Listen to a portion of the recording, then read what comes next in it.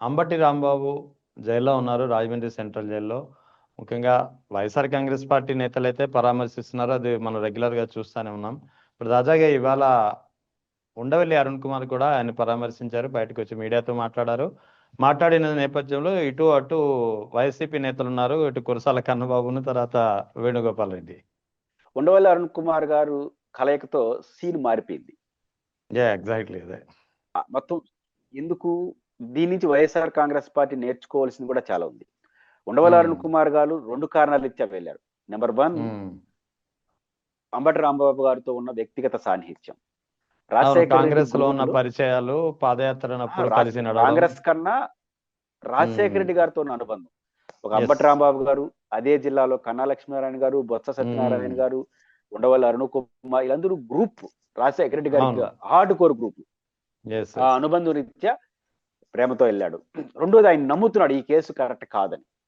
ఈ 2 కారణాలు ఇచ్చే వెళ్ళాడు. ఈ 2 కారణాల్లో ఈ రోజు ఆయన మాట్లాడిన ఒక్క మాట,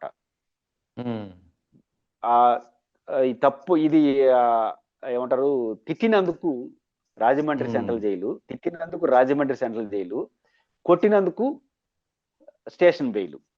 ఈ ఒక్క పదం మొత్తం సీన్ మార్చేసింది. దాడి చేసిన వాళ్ళపైన ఏమో స్టేషన్ బెయిల్, తిట్టినోడేమో సెంట్రల్ జైలు. ఇది ఎక్కడ ప్రజాస్వామ్యం అన్న ఒక స్లోగను ఈరోజు రాష్ట్రం అంతా మారుమోగబోతోంది. కాబట్టి ఒక అనాల్సిన మనిషి అనాల్సిన టైంలో అంటే ఎంత ప్రభావం పడుతుందో ఈరోజు ఉండవల్లి అరుణ్ కుమార్ గారు ఒక ఎగ్జాంపుల్. దీని నుంచి వైఎస్ఆర్ కాంగ్రెస్ పార్టీ ఏమి నేర్చుకోవాలి? ఎప్పుడు వైఎస్ఆర్ కాంగ్రెస్ పార్టీ మీరు ఎవరు ఎంటర్ చేసినా సింహం సింగల్, ఈ సింహం సింగల్ ఎప్పుడు కరెక్ట్ కాదు. సింహం సింగల్ అవుట్ అయిపోయే అవకాశం ఉంటుంది. ఎందుకంటే రెహమాన్ గారు అంబటి రాంబాబు గారిని ఎంతమందిని కలిశారు? చాలా మంది కలిశారు.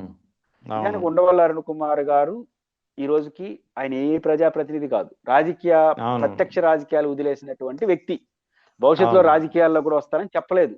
అలాంటి ఒక వ్యక్తి ఆ మాట అంటే ఎంత గౌరవం వచ్చేసింది అంటే, ఒక్కొక్క వ్యక్తికి కూడా ఒక విలువ ఎలా ఉంటుందానికి ఉదాహరణ.